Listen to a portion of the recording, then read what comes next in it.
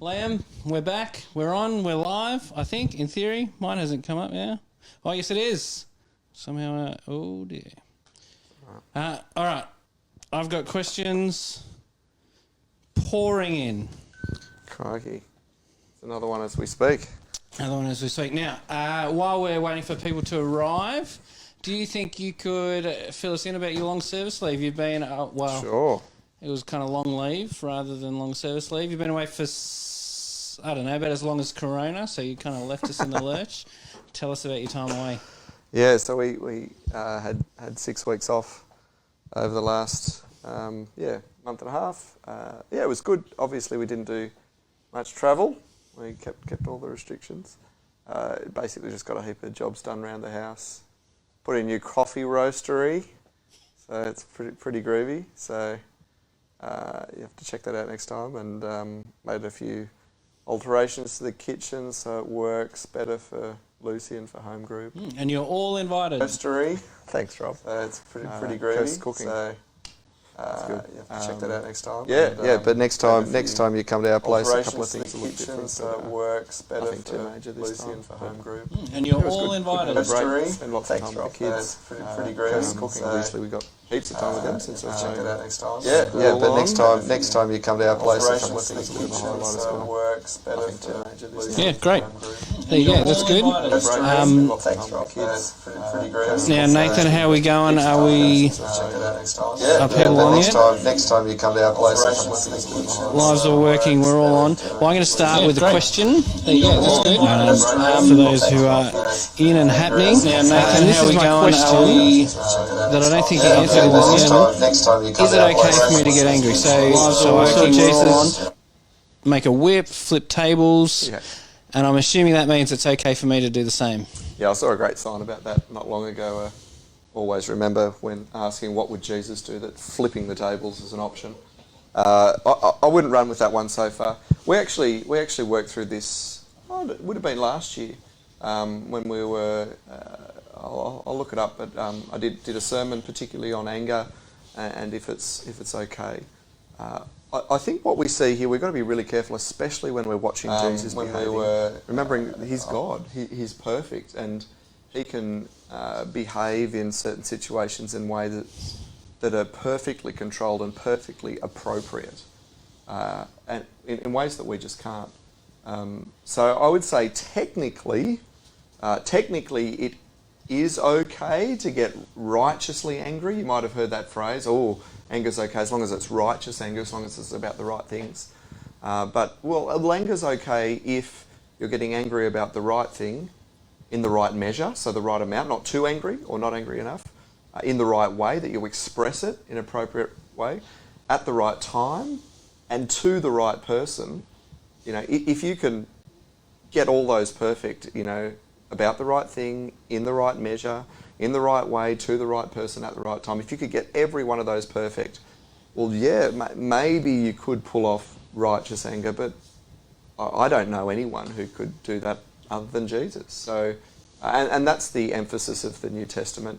It's not, hey, when you get angry, do it right. Every time we've got teaching on anger, Jesus either says don't do it or get rid of it as soon as humanly possible. That's why we have phrases like, deal with your anger before the sun goes down. It's just saying don't let it smoulder, don't let it sit, don't act in anger. In your anger, do not sin. That's another one we'll often go to. So saying anger's dangerous, you'll often react badly in those situations. So I'd say technically you can get angry, just be really careful in your anger. Try and get rid of it, quickly deal with it, and be thinking, how can I channel this and appropriately process this, and then work out how I'm going to respond when that instant reaction has started to move on. Yeah, good. I know, so at Home Group we talked a little bit about it, and one of the things that came up was there's no reason why you have to impulsively react to the emotion. You can sit on it and find a more constructive, gentle, helpful way to react. Maybe not not platter it. But even when we talk about that in Home Group as well, even it feels a little bit impulsive, but it's actually considered. We see Jesus, it doesn't say he walked into the temple and started flipping tables. He made a whip out of cords. Whether he plaited it, we don't know, but had to procure them. So he thought about it. It wasn't an instant reaction, even this quite extreme reaction from Jesus. So, yeah. Yeah, great. I'm just looking at the comments. Hello, Kate Hammond. Hello, Coralie. Good to have you on board. I'm So he thought about it. acknowledging your comments to us. That's good. Now, I've had a message come. Well, yeah, so let's give it a moment. So there's only 5 on, so we've got a few more people to get on. I want to ask you about your fishing experiences, because I know you've taken up a new hobby. Yeah, because I actually didn't have enough hobbies. Everyone was saying that, Liam, you don't have much going on in your life, you need a few more things. So, no, I've been doing a little bit of fishing, and it's good. I haven't caught anything yet, but the girls, I just spend my time baiting hooks for the kids and helping them cast. But they've caught bream and flounder and all sorts of stuff. So. Yeah, nice one. Actually, speaking of anger, I snuck out with Ben this morning and we had a bit of a fish as the sun was coming up, and I caught 3 fish. There you go. All about this big. One of them was a flounder there, that was pretty good. And Ben claims to have seen a seal. But I didn't see it. So Typical. take that up with him. That's all right. There we go. Are we wrecking? This is the trouble when you get 2 non-technological guys and Nathan in the room. Yeah, look at that. We're working. We even got a like. Very good. Let's keep going then. So the question that we were up to was a timeline question. Yeah. So Alan had asked, there seems to be 2 accounts of the temple, this temple story. In the Synoptics, in Matthew, Mark, Luke, it happens right near the end after Jesus arrives in Jerusalem on the donkey that last week. And in John, it's right at the start. What's going on? Yeah, so as I was saying, we do have 4 Gospels, 4 accounts of Jesus' life, which is great because it gives us different perspectives and angles. Sometimes we do see that an event that's recorded in one Gospel seems to be in a slightly different place in the order of the other Gospels. And I guess that's where we when we see that happening, that's a bit of a signpost that's saying I'm the writer or whoever's putting that Gospel together, whether it's Luke, has put this deliberately here for some purpose to help us out. In this particular case, I actually think there were probably 2 cleansings of the temple. So I'll try and speak a little bit louder, seeing our mics aren't working now. 2 cleansings of the temple. For the main reasons that even though these events are very similar, they have aspects that are similar. Jesus still speaks to the dove sellers. He still overturns tables. In the Synoptics, there's the differences come in what Jesus says and what happens directly after it, and it's very clearly at different times in his ministry. I don't think it makes a whole lot of difference. It seems that this was a regular thing that had been going on in the temple and had been going on for some time. And I guess I want to remind us as well that those little headings in our Bibles, the cleansing of the temple, isn't actually part of the text. So Jesus doesn't say, "Hey guys, I'm here and I'm cleansing the temple." So he just says what he says. In the Synoptics, you've turned this what's meant to be a house of prayer, you've turned into a den of robbers and thieves. And in John, you've turned my Father's house into a marketplace. So similar but different. So we just have to take it at face value. But in this particular one, thanks for your question, I reckon it's two separate events. Although in other cases, we can see they've moved the order of things to make it especially profound point as they're putting their Gospels together. Okay, great. Now, next one. I'll go to Alan's other question, which was... he just wanted to know what the story with sacrifices, so this takes place around sacrifices, for people who are Jewish today, what happens to sacrifices? Yeah, so Orthodox Jews today, people who still reject Jesus is the Messiah and are seeking to hold the Jewish faith, they haven't had a temple to make sacrifices at since it was destroyed by the Romans in 60 AD. And that was when the sacrifices did cease, and they haven't started again since. So even if they wanted to continue sacrifices, which I'm sure they do, being Orthodox Jewish, they can't. And if they're doing it anywhere else, they're breaking their own rules. So yeah, I'm sure there's variations, like all faiths. There'll be very different groups and sects across it. I don't pretend to be an expert on that. Great. Now, I may have missed some questions in between our two videos. I don't think I have. But one of the things that I really want us to dig into a little bit, and something we spent a lot of time at home group this week talking about, is this blockage stuff that you kind of talked about.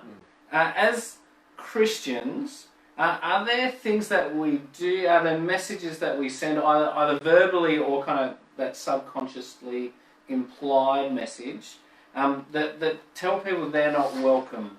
So, so you're not welcome if you're a smoker, or if you dress a certain way, or if you're living with someone you're not married to, or your kids can't be quiet for 40 minutes. Do we send messages like that? Are they blockages? How does that work? Yeah, that's a really good question, and I think it's quite complex. The shorter answer is yes, absolutely we do. So I don't think the question is, particularly of whether or not we do send those messages. It's about whether we should be, and are we aware of it, and how do we fix that.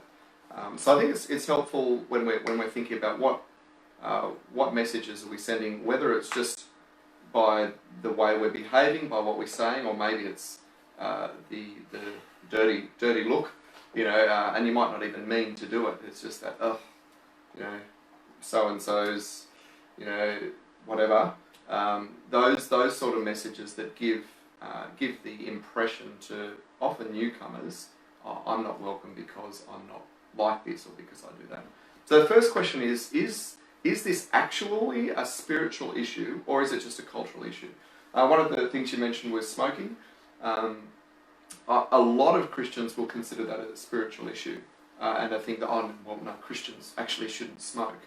And I'm not sure that they've actually thought through it particularly well. I think it's just something maybe they've accepted or taken on from our Christian culture. I think the main reasons people would say smoking is not okay for Christians would be it's a waste of money, or it's not good for your health.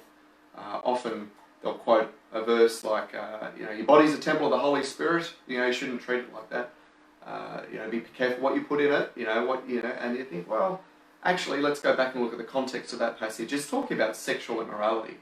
It's not talking about how much you exercise or what you eat or whether you smoke or not. So let's be really careful when we're quoting proof texts to think, okay, well, what's that actually saying? Now, the Bible does indicate that looking after your body is a good thing. Paul says physical exercise is of some value, but spiritual exercise is what we really need to be focusing on. So it's a factor, but it's not really a spiritual factor. It's a cultural factor. So that's the first thing. So you say smoking, is it a spiritual factor? I'd say it's far more cultural than it is spiritual. It might be a preference. I just don't like it. I don't like the smell, or whatever it might be. So it's a health decision rather than a spiritual decision. So I think it's very important to make that distinction first. And then if it's not a spiritual thing, well, we need to be careful and work out how can we stop doing things that make people feel like, this is stopping me from entering this community. And how terrible if someone wants to come along to church but they feel like they can't because they're a smoker, and no one else at church smokes, so I don't really belong there. And if that's you, I'm really sorry if you've ever felt like that. So we need to think, well, let's watch what we're saying, watch how we're behaving, and work out things like that. So that's the first issue. Is this a spiritual or a cultural issue? Now, another one you mentioned there was, am I, if someone's living with someone they're not married to, okay, this is a spiritual issue. This is something about how we behave sexually. The Bible does have a lot to say about that. About about sexuality and about how we're to engage sexually. So that is a spiritual issue. But then you go, okay, so it's a spiritual issue. We've then got to move on to a second question, which says, is this person already following Jesus, or are they seeking God? Are they interested in hearing about Jesus, or are they already following Jesus? And that they're very different categories of people. I think one of the great things we get from the Old Testament is some really extended narratives that show us how God relates with His people, and the whole Egypt debacle is fantastic because we actually see the way God saves His people. So when Israel were in Egypt, they were slaves. They were crying out to God for rescue. God didn't say, hey, you need to sort yourselves out. Here's your laws, here's your commandments. Try those for 6 months. And if you can get up to 60, 70% of those, hey, I'll come save you then. No, He saves them. He saves them in their muck and their idol worship and their immorality. And then after they're saved, He starts to work on them and change their lives. And that's exactly how it happens with the Christian faith. God doesn't say to us, hey Liam, you've got to sort yourself out. You've got to sort out your sexuality. You've got to sort out your behaviour. You've got to sort out your anger. And only then will I save you. No, He saves you first. And then He starts working on us. So we've got to really think through this. If someone's exploring Jesus, whether that's through our public gathering in church or just personally, one of your friends, if they're not yet a Christian, we've got to be really careful about putting on them expectations that we would apply to Christians, but not to non-Christians, not to people who are exploring. So we've got to think through those things as well, and think through what are we saying and what do we assume. So it might be, for example, if someone new walks into church and you don't know who they are, you don't know where they come from, you don't know whether they're Christians or not, or this is the first time they've ever been to a church, and it's a male and a female together, probably wise not to say, oh, I assume this is your wife. It might not be. And if they're just exploring for the first time and they're a bit insecure about that, wow, that could be really hurtful. That could be a blocker for them. That could make them feel like, oh, we're not welcome here because I'm not married. So we've got to think through things like that. We've got to think through how we behave. Is that helpful? Is there anything else? Yeah. So I guess what you're saying is the short answer is we don't change them. Jesus does. Yep. So point them to Him and expect Him to do it. Yeah. Obviously, once they're there, yeah. So we're part of the process. Point them to Him in faith. Lead them to Jesus. Help them understand. And it's not a bait and switch. So you don't want to say, yeah, come to Jesus. Salvation's free. And then after they become a Christian, oh, by the way, your whole life has to change now. No, we want to be totally above board with all that. But that's not what you lead with. You don't lead with, oh, well, hey, you probably should sort this stuff out before you really start exploring Jesus. No, bring them in, bring them along. Yeah. That's not how grace works. No, and it's certainly not. And it's not how our Lake Mac values work either. We want to be the ones who will flex, who will change, we want to be the ones who want to make ourselves uncomfortable for the sake of others coming in. Because we want to share Jesus' love and not say, oh, hey, you've got to change to be like us. No. We want to work hard at being welcoming. So someone's just shared that they struggle to evangelise, they don't have confidence. Yep. Have you any advice to that? Yeah, okay, so confidence for evangelism.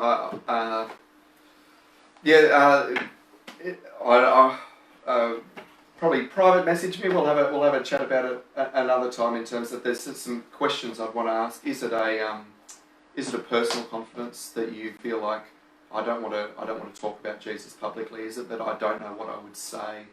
So is it that you're not confident that you could explain the gospel clearly? If that's where you're not being confident, yeah, we can help with that. We've got some material. We've got some. We've run courses in the past. The Unawkwarding Jesus, how to talk about Jesus without making it weird. So there's different techniques and I guess knowledge, of course, you can do. But sometimes it's not that. Sometimes it's a self-confidence thing or a conviction thing that you think, oh, I'm just really nervous talking about my faith with people when I'm not sure how they're going to respond. And that's something that's slightly different. So that's probably going to take some practice and prayer and maybe some support. having someone you pray with and chat to about that.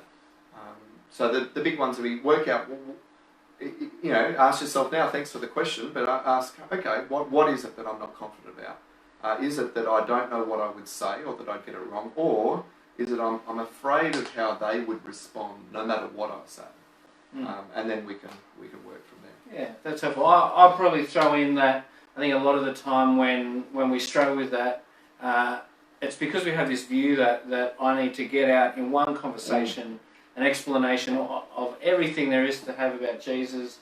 I need to do it quickly and in this wonderful way. Yep. But I think more often the way that we evangelise is people seeing us live for Jesus. So I think you said in the sermon to not hide that you're a Christian. So be upfront about your Christianity. You don't have to repeat the whole sermon every Monday. Yeah, but yeah. just say, but if you're upfront about it, let people see a little bit of your life and that you are living for Jesus. I think that's 90% of the job. Well, that was one of the big things in Angela's conversion, wasn't it? That this lady who she was relating to, she could see in her life that, there was something that was driving her that was different.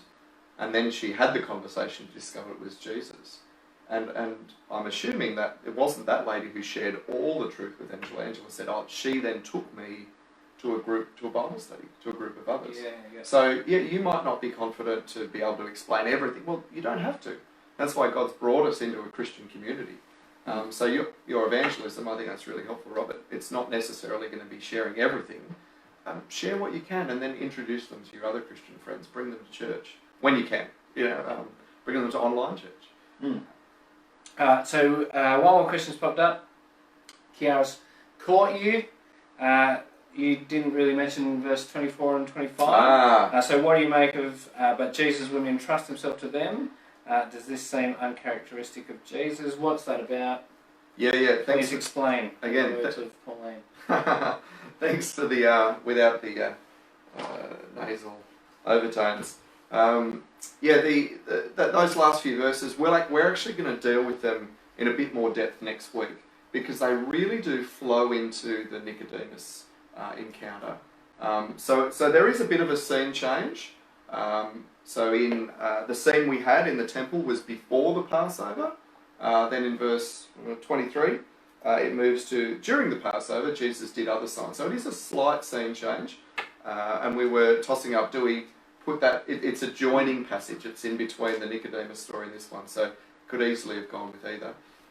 Just very quickly, what does it mean Jesus didn't entrust himself to them? It's actually the same word in the original language there. So they believed in Jesus. It's the pistuo word, or the had faith or trusted Jesus. Mm-hmm. But he did not, same word, trust, believe, have faith in them. So whatever it does mean, it means that Jesus didn't reciprocate. They'd seen something that attracted them to Jesus. They saw, and in this case it's signs. But Jesus knew, you want to follow me, you want to believe in my name, but there's something internal that's wrong. And that's where the passage points it. It says he knew their hearts, so he can see there's something lacking inside them that's going to need to change. And the answer to that comes in our next passage in chapter 3. So that's your teaser. Tune back in next week, and I'll have a crack at answering that one. Yeah, that's probably a good note to wrap up on. With a look forward to next week. So we keep going. We'll keep doing the Q&A. With some better technology. With no sound issues next week. But yeah, we look forward to it. And hey, if you've still got questions, if you want to talk more, connect with us via Facebook. Connect with us in some way. We'd love to keep chatting. All right. Thanks, everyone. Over and out.